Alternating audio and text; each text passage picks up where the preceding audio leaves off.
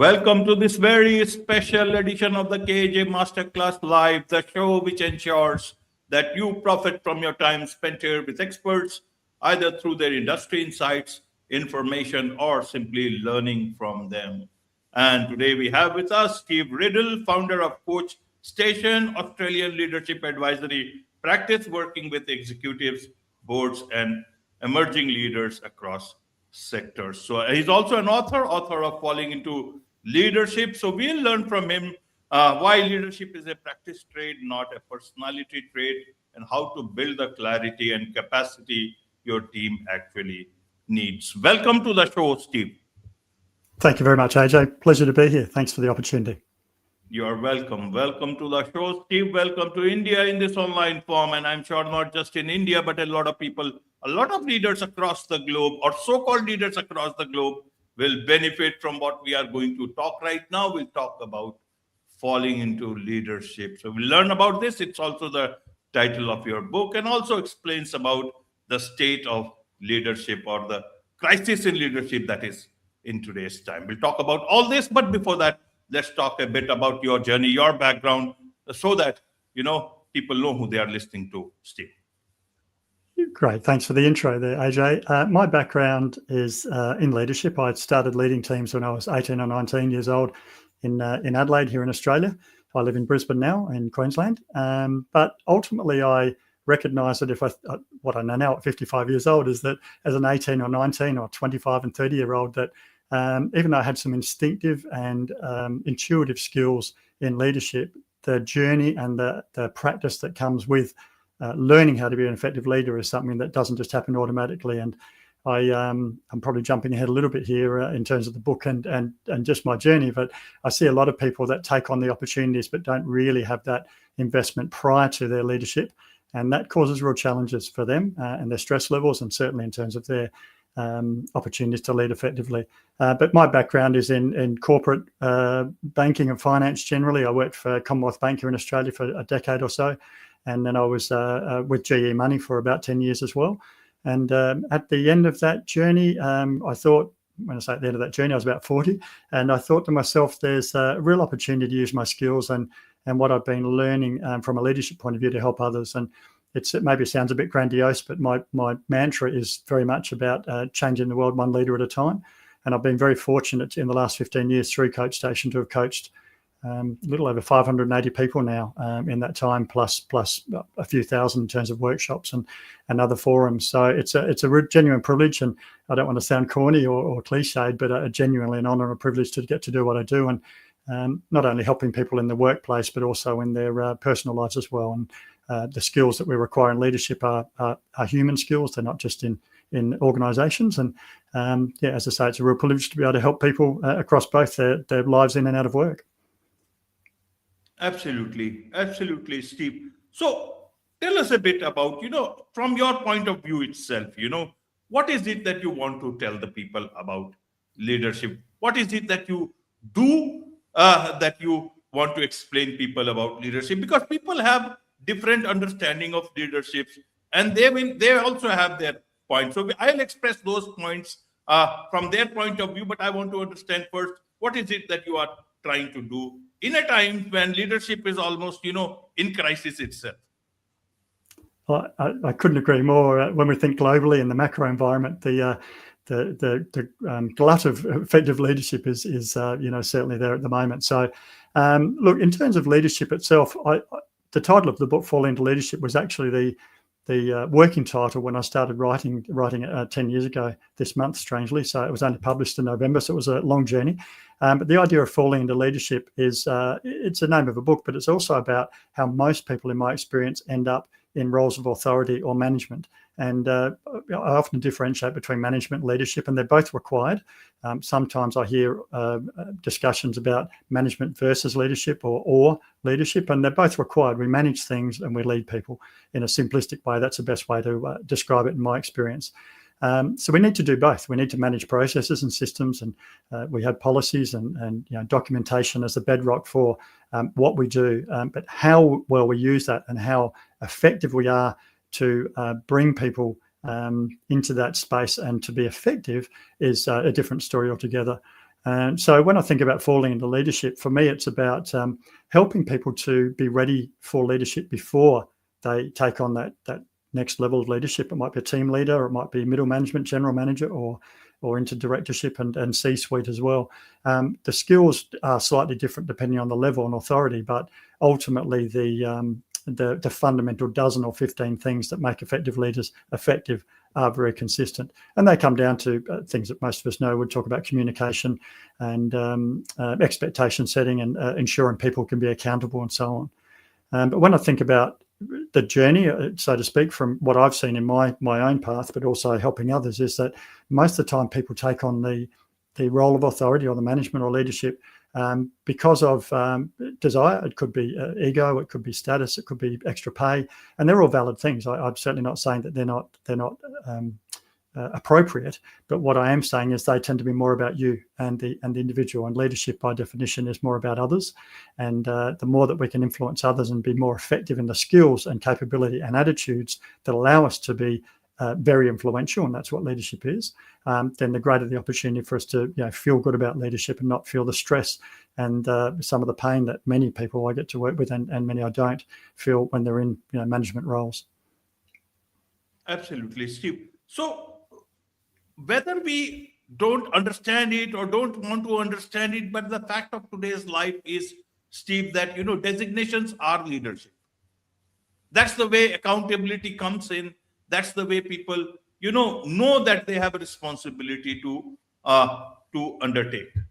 We can't run away. Either it's even in government or in even in private companies, wherever it is designations are leadership. Is leadership. People choose people according to that, and it is assumed while they take their designations that they know about these things, that they are skilled about that particular role, either in whatever role.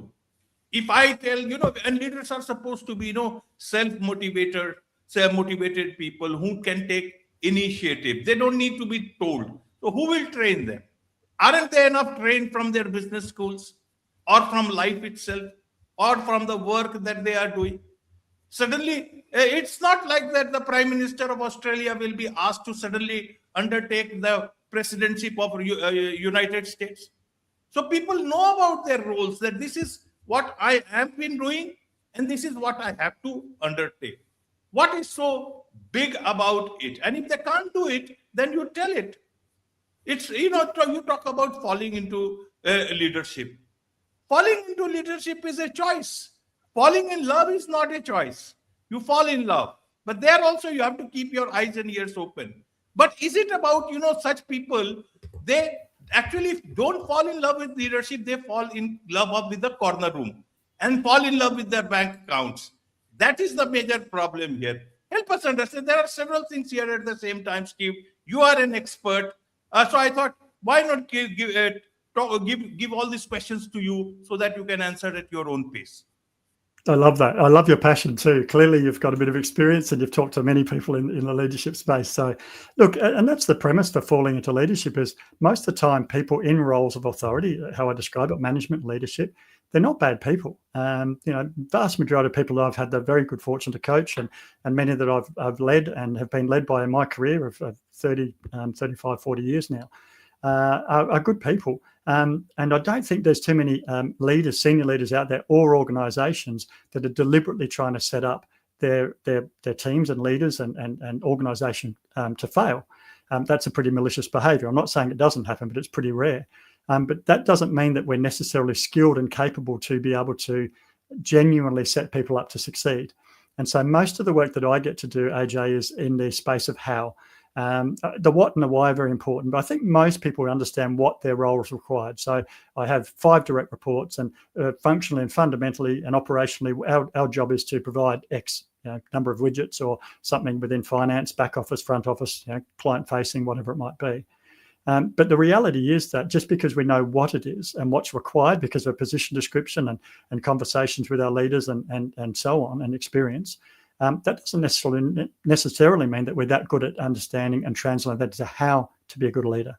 And so if we understand that, the what's pretty simple. Most people get that. Why we're doing it, we talk about vision statements and mission statements in organizations, but individually it's important to know why you want to be a leader as well. That's probably, in my experience, less common than the what, but most people know why they want to do it for right or wrong reasons.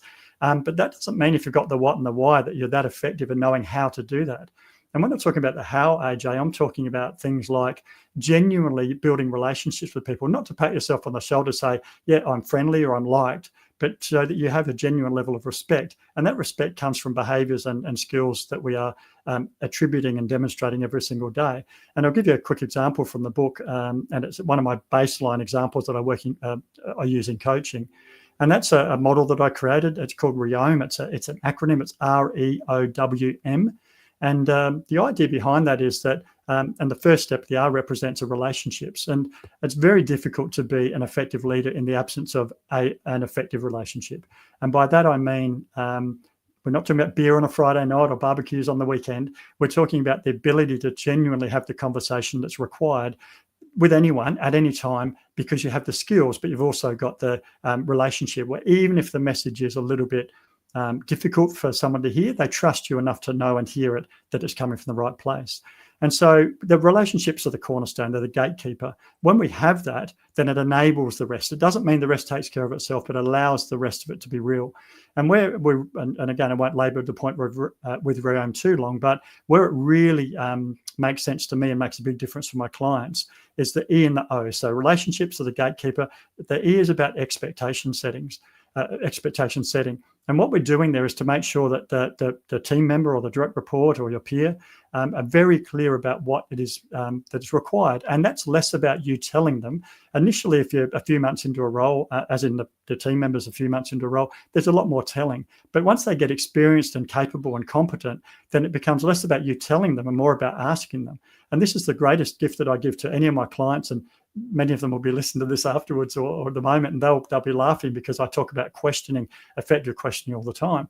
And it's not just about asking questions or the 5 whys or any of those concepts. It's to truly understand what it is that we're trying to achieve.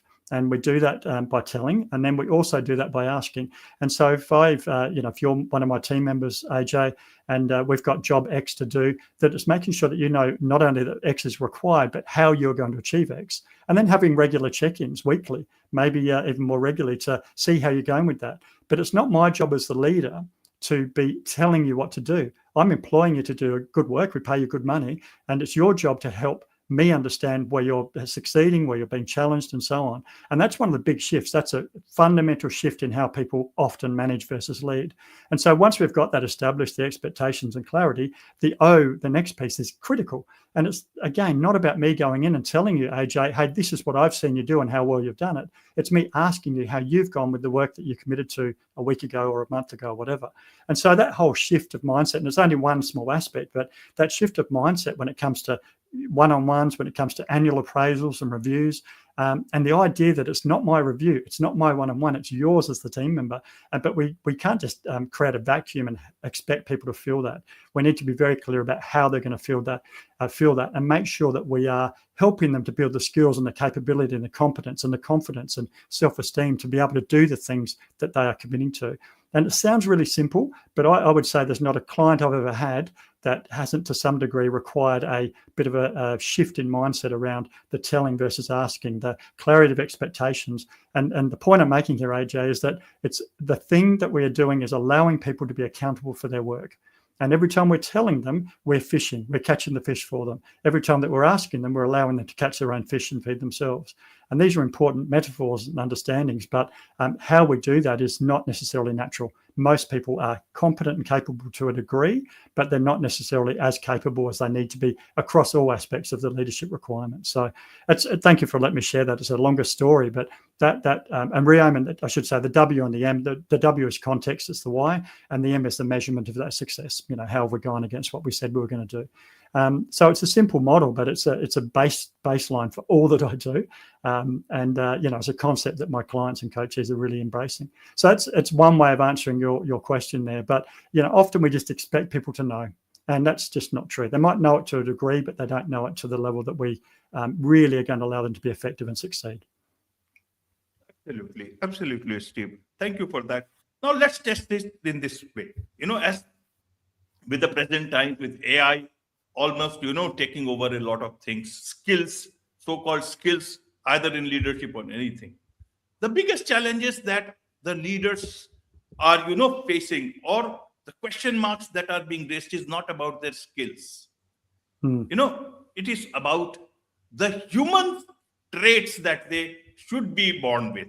That's why you say he or she is a born leader. For example, leaders are not being questioned on whether they handle that properly or not. They are questioned about empathy. A lot of these leaders are losing on empathy. Now, that is something you are born with. That is where this whole concept about, empathetic leadership, servant leadership, conscious leadership, heart-centered leadership means what sort of training will you require for that? You are born with that, or can you inject, go to some hospital and get those injections into wherever it is, and then you will suddenly, out of a non-empathetic person, you will become an empathetic leader. Means, so what are we talking about? Means, are we talking about skills? Then skills, the robots will have better skills integrated into your systems. The only thing that is differentiator is how human you are. How humanly and humanely can you think about others as well as yourself? That is what is going to be the differentiator and the one people will be looking at. Help us understand from these two aspects about, leadership as not as a personality trait, as a skill, whereas where the debate actually stands as of today. Great questions. I love that, AJ. So I would say, I'll answer it a few different ways. I would say for me, empathy is one of the absolute cornerstones of leadership. And that's exactly what you're saying. Couldn't agree more. And the reason I say that is that you cannot be an effective leader in the absence of caring, right? If you're thinking more about yourself and more about what your benefits are and what's in it for me and so on, then people will smell that a mile off, and they'll know that very, very quickly in you in terms of how you manage and lead. So it's very important that we do that, not just a learnt skill because we've learnt a cheap trick, but because we genuinely are someone who cares enough to bother. And so it goes back to, and again, I don't want to make it all about questioning. It goes back to my point. When I was saying before about questioning and allowing people to be accountable to their role, what I'm really saying there is that you are demonstrating the opportunity to be empathetic in how you're doing what you're doing. And by that, I mean, if we are saying to people or asking them questions, that's one way of demonstrating empathy. It's one way of demonstrating care. I'm asking you because I care enough to bother. It's a simple concept, but a simple way to answer that question. What I would say, though, is that empathy for me, you touched on it, I think is pretty innate, and it's pretty ingrained in us. I have worked with people that are quite naturally empathetic and some that aren't. And I've often said this, so it's so funny you've raised this, but for me, I can help someone go from, you can't measure it really, but let's say 20% effective in the empathy space to maybe 40 or 50%. But it's very difficult. And again, I always say maybe this is my skill as a coach. I hope it's not. But I find it very difficult to move someone from a 20% empathy to say an 80 or 90%. Whereas I can move someone from a 60 or 70 to an 80 or 90. But there seems to be, in my experience, an incremental sort of space there that you either have or you don't. And I would argue that's one of the very few things within leadership and to your great point, being a human, that is pretty ingrained and innate in us one way or the other. And you're right, it is sort of about personality, but it's actually more of an innate attribute and a set of behaviors that we demonstrate to others. So for me, empathy is incredibly important. It's if I was creating we're building a house here in terms of our effective leadership. Empathy is the meter thick slab of concrete that we're building this house on, right? It enables trust, it enables relationships, it enables the things that are going to allow people or for them to be interested enough to hear what we're saying and for us to be interested enough to ask the question in the first place. So it's not the only thing, but it is a great question to ask. Now, in terms of broader leadership, I would say that from a competence point of view, and from the many, literally hundreds of things that make effective leaders effective, there are some that are, as I said, cornerstones more than others. But what we can't expect is that we're going to learn to be a leader just by osmosis, by doing the job and picking up things as we go. That's part of it, but there needs to be a base. There needs to be something to to be building on, to understand, and so on. So that's where coaching and mentoring and effective leaders supporting their team members and other relationships really enable that. So it is to the second part of your question, It is experienced, so it's exposure and experience that allows us to have perspective and to understand the differences between Sally and Mohammed and Johnny, and what makes them tick, and what they value and what their strengths are, and all those things. And again, these aren't just concepts that I throw out there because there's a lot of material out there and self-assessments and so on. I'm talking about truly using those assessments and that understanding, with a purpose, not just to tick a box, so to speak. And so when we're talking about effective leadership, we're thinking about what our teams are capable of, what they care most about, what we need to achieve as a business, and what I want to achieve as a leader, and make sure all those things are really clear. And I would say, and there's many more aspects, but AJ, to bring that all together, the biggest mistake we make is that we assume that people understand these things, and that we assume that because we talked about it 3 months ago in a team meeting, or I mentioned it in the first few weeks when you started a year and a half ago, that you're going to actually understand that this is important. These things are required to be reinforced and talked about and discussed and asked every day. And these are things that I say to my clients, you must be living this every moment of every day. Otherwise, it quickly becomes assumed. And if we leave vacuums and space for assumption, people tend to fill it with their own noise and doubts and fears and so on. So there's a lot to it, and I think that only partly answers your question. But this is why leadership matters. It's not just something that automatically happens, or we get the title or the role, and here we are. It's not passive, it's very active. And the biggest surprise I've had in the last 15 years is how many people expect shortcuts and tips and tricks. I want to be a good leader, so Steve, help me out to understand the 3 or 4 things that are going to get me there. I'm like, you've missed the point completely. It's not about you and your tips and tricks. It's about how well you influence and affect what you do and what we need to do as a business with other people. And the last point I'll say, this may make sense to your international clients, but I say to my clients all the time, it's not about kumbaya and being friends and dancing around campfires and pretending like that we're all buddy. It's about being effective in terms of leadership.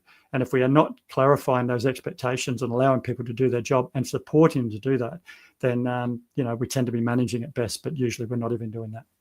Hopefully that answers that somewhat.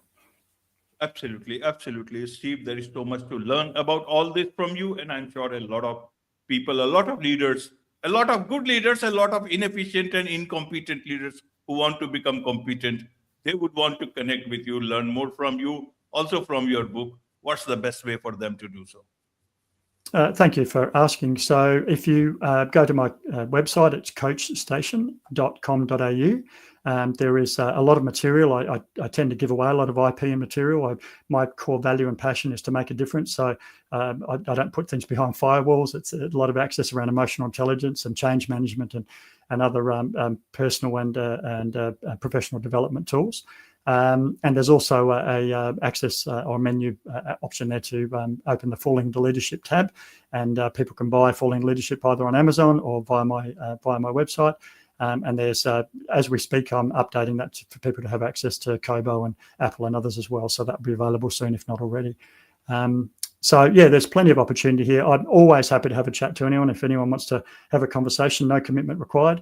As I said, my core value is to make a difference. And if I can do that and help the world slightly, my little world, by helping people be effective leaders, then who am I to question that? So I really appreciate the opportunity today, AJ, and some great questions that allow us to really explore what is, I think, one of the most important subjects in the world. And we're seeing that problems that are caused through poor leadership now, aren't we? So, and that's in the global sense, but also in organizations and smaller business as well. Wonderful. With this, it's a wrap on this very special edition of the KAJ Masterclass Live. Thank you so much indeed for joining us. Thank you.